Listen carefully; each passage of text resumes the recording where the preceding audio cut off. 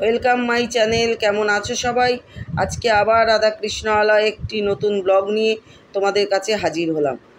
তো আমাদের গাড়ি এখন কোন দিকে চলেছে বলছি। আমরা আগের দিন ভিডিও দিয়েছিলাম, আমরা হরিদ্বার, ঋষিকেশের রামঝুলা, জানকীঝুলা এই সমস্ত জায়গাগুলো দর্শন করেছি। তো জানকীঝুলা থেকে বেরিয়ে আমাদের গাড়িতে উঠে এখন আমাদের গাড়ি চলেছে হরিদ্বার ইস্কন মন্দিরে। তো আমরা এখন ইস্কন মন্দিরে আছি, তোমরা সঙ্গে থাকো, ইস্কন মন্দির দর্শন করো আর দেখো।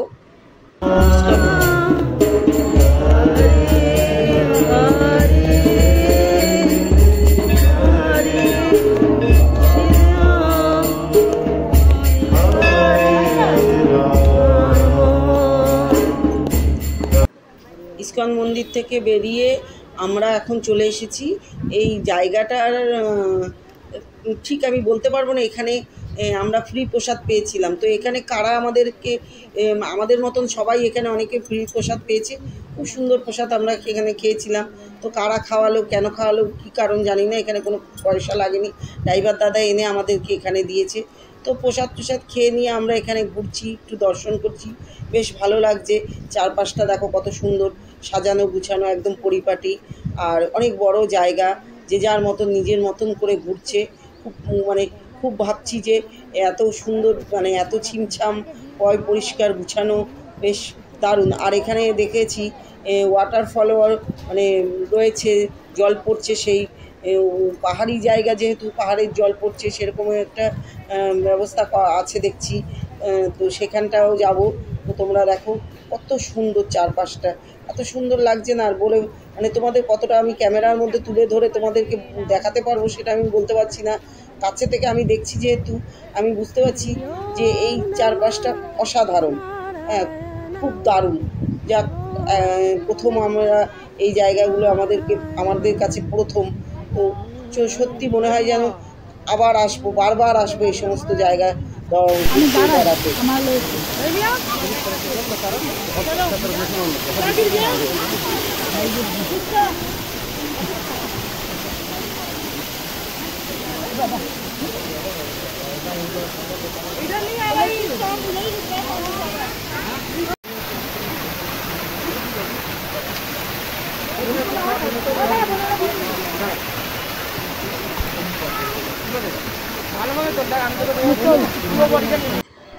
তো আমরা এখন আবার একটা মন্দিরে চলে আসছি।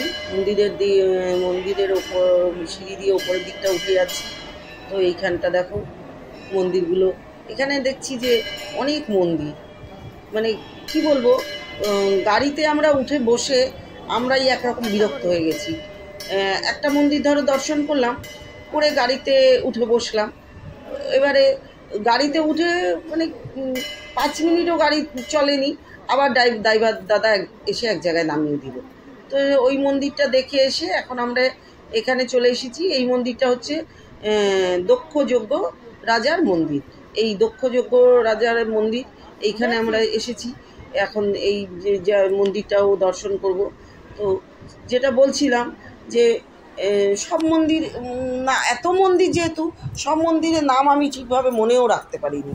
প্রচণ্ড মন্দির, কিছু 5-7 মিনিট হাট পরপরই একটা করে মন্দির। আর মন্দিরগুলো এখানকার অসাধারণ মন্দির, বলার মতো না। এক একটা মন্দিরের সৌন্দর্যই এক এক রকম। নানা রকম জায়গা থেকে নানান ভাষার মানুষজন এই মন্দির আসছে দর্শন করতে। কি অপূর্ব মন্দিরগুলো। আমাদের কলকাতায় আমরা মন্দিরগুলো একরকম, এখানকার মন্দিরগুলো অন্য ধরনের। তো যাই হোক, এই দক্ষ রাজার মন্দিরটা দর্শন করে নিলাম। নিয়ে এখন আমরা আবার ড্রাইভার দাদা আমাদের আবার আরেকটা মন্দির নিয়ে যাবে।